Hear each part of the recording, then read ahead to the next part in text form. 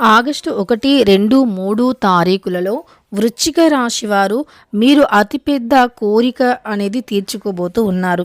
అంటే గ్రహాల యొక్క అనుకూలత వల్ల మీ యొక్క అతిపెద్ద కోరిక ఒకటి తీరబోతూ ఉంది. అయితే వృశ్చిక రాశి వారు మీరు ఏ ఒక్క పెద్ద అలంపూర్ జోగులాంబాదేవి జ్యోతిష్యాలయం గురూజీ సీతారామరాజు గారు వీరి యొక్క సెల్ నెంబర్ వచ్చేసి 9948253372. ఫోన్ ఆన్లైన్ ద్వారానే జ్యోతిష్యం చెప్పబడును. ప్రేమించిన వారు దూరం కావటం, భార్యాభర్తల మధ్య గొడవలు, అత్తాకోడళ్ల మధ్య గొడవలు, మనస్పర్ధాలు, పెళ్లి కుదరకపోవటం, విద్య, ఉద్యోగం, వ్యాపారం, చెడు ప్రయోగ నివారణ మొదలగు ఎటువంటి సమస్యలకైనా పరిష్కారం చూపగలరు. స్త్రీ పురుషులకు ఎటువంటి సమస్యలు ఉన్నా నమ్మకంతో కాల్ చేయండి. మీకుండే ప్రతి సమస్యను తొలగించుకోండి. కోరికను తీర్చుకోబోతూ ఉన్నారు. అలానే మీకు ఏ గ్రహం యొక్క అనుకూలత వల్ల ఏ కోరిక అనేది తీరబోతూ ఉందో ఈ వీడియోలో చాలా స్పష్టంగా తెలుసుకుందాం. వీడియోని మాత్రం ఎక్కడా కూడా స్కిప్ అనేది చేయకుండా చివరి వరకు చూడండి. అప్పుడే మేమేం చెబుతున్నామో మీకు చాలా స్పష్టంగా మరియు పూర్తిగా అర్థమవుతుంది. ఇక వృశ్చిక రాశి వారు ఆగస్టు 1, 2, 3 తారీఖులలో మీకు ఒక అతిపెద్ద కోరిక, చాలా రోజుల నుండి ఉన్నటువంటి ఒక అతిపెద్ద కోరిక అనేది ఈ సమయంలో తీరడానికి 100కి 89% వరకు కూడా ఛాన్స్ అయితే ఉంది. అయితే మీకు ఆ కోరిక అనేది ఎలా తీరుతుంది? ముఖ్యంగా మీకు ఏదైనా ఒక గ్రహం యొక్క బలం అనేది లేకపోయినా ఆ కోరిక అనేది నెరవేరదు అన్నమాట. కాబట్టి మీరు ఆ యొక్క గ్రహం యొక్క అనుగ్రహాన్ని పొందాలి. ఆ గ్రహం యొక్క అనుగ్రహం అనేది పొందటం కోసం మీరు చేయవలసినటువంటి పూజలు ఏమిటి? అలానే మీరు ఏ పూజలు చేయటం, ఏ వారాలలో, ఏ రోజులలో ఏ పూజలు చేయటం వల్ల ఆ గ్రహం యొక్క అనుకూలత అనేది కలుగుతుందో ఈ వీడియోలో తెలుసుకుందాం. వృశ్చిక రాశి వారు మీకు ఏదైనా ఒక కోరిక అనేది ఉంటే అది బలంగా ఉంటుందన్నమాట. అంటే ఏదో నార్మల్గా ఒక కోరిక మనస్సులోకి వచ్చి వెళ్ళిపోవడం అలా కాకుండా మీరు ఒక కోరికను కోరారు అంటే అది ఖచ్చితంగా నెరవేర్చుకునే క్రమంలో ఉంటారన్నమాట. ఆ కోరికను నెరవేర్చుకోవాలి. ఎలా నెరవేర్చుకోవాలి, ఆ కోరిక ఎలా తీరుతుంది అనేది మీ యొక్క ఆలోచన. అయితే ఆ కోరికను మీరు తీర్చుకునే క్రమంలో చాలా కష్టపడుతూ ఉంటారు. ఆ కోరిక ఏదైనా సరే ఒక్కసారి మీరు అనుకున్నారు అంటే ఖచ్చితంగా ప్రయత్నిస్తారు. గెలుపు ఓటమి అనేది పక్కన పెడితే ప్రయత్నాన్ని మాత్రం మీరు ఎక్కడ కూడా వదలరన్నమాట. మీరు ఏదైనా సరే ఒక ప్రయత్నం చేశారు అంటే ఆ ప్రయత్నం అనేది ఖచ్చితంగా అది ఓటమినిస్తుందా లేదా సక్సెస్నిస్తుందా అనేది పక్కన పెడితే ఖచ్చితంగా మీరు అనుకున్నది సాధించి తీరుతారన్నమాట.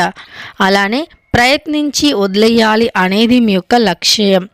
మీరు ఏదైనా సరే ఒక కోరిక అనేది పెట్టుకుంటే అది ఖచ్చితంగా ప్రయత్నించి తీరాలి అనేది మీ యొక్క ఆలోచన. అయితే మీ జీవితం అనేది చాలా వరకు కూడా చాలా రకాలైనటువంటి సమస్యల్లో నలిగిపోయి ఉంటుంది.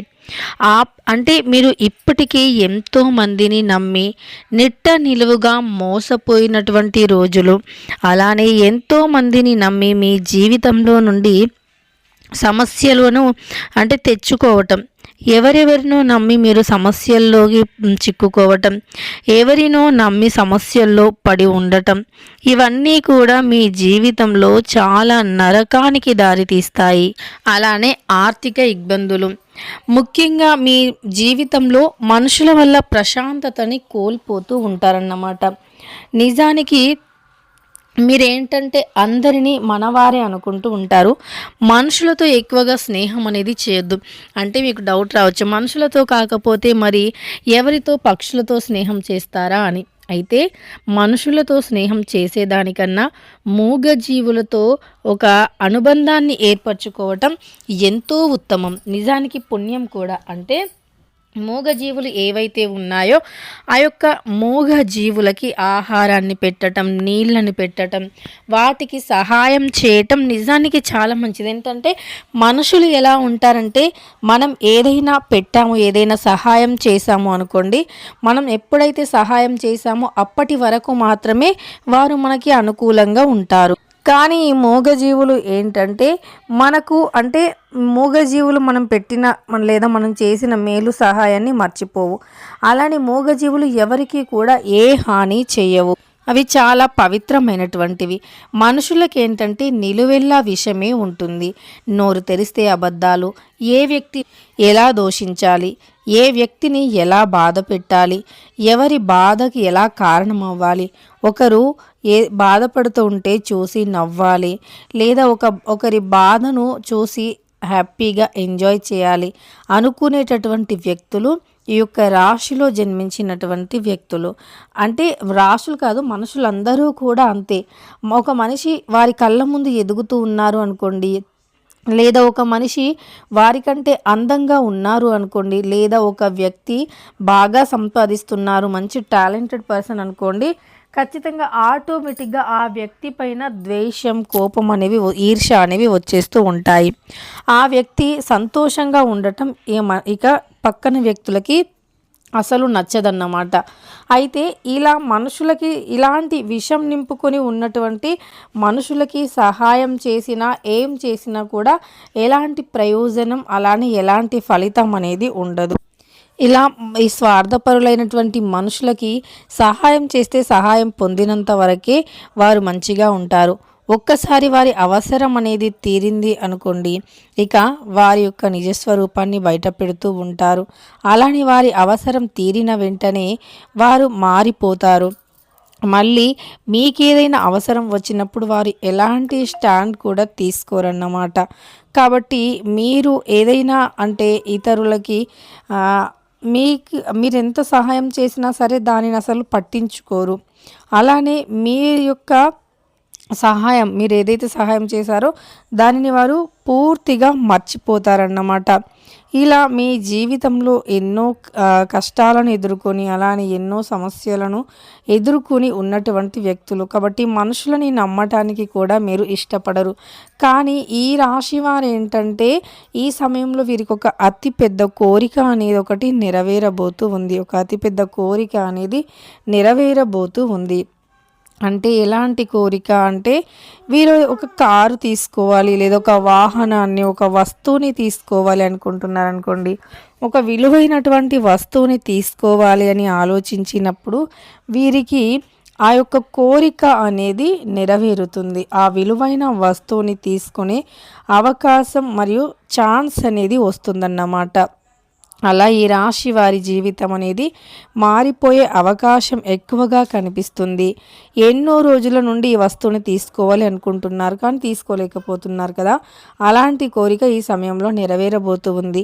ఇంతకీ ఈ కోరిక నెరవేరాలంటే ఏ గ్రహం అనుకూలంగా ఉండాలి అంటే, మనకి ఏదైనా సరే ఒక విలాసవంతమైన భవనం కావాలి అన్నా, లగ్జరీ కారు కావాలి అన్నా, లగ్జరీస్ కావాలి అన్నా, డబ్బు బంగారం కావాలి అన్నా గురువు యొక్క అనుగ్రహాన్ని పొందాలి.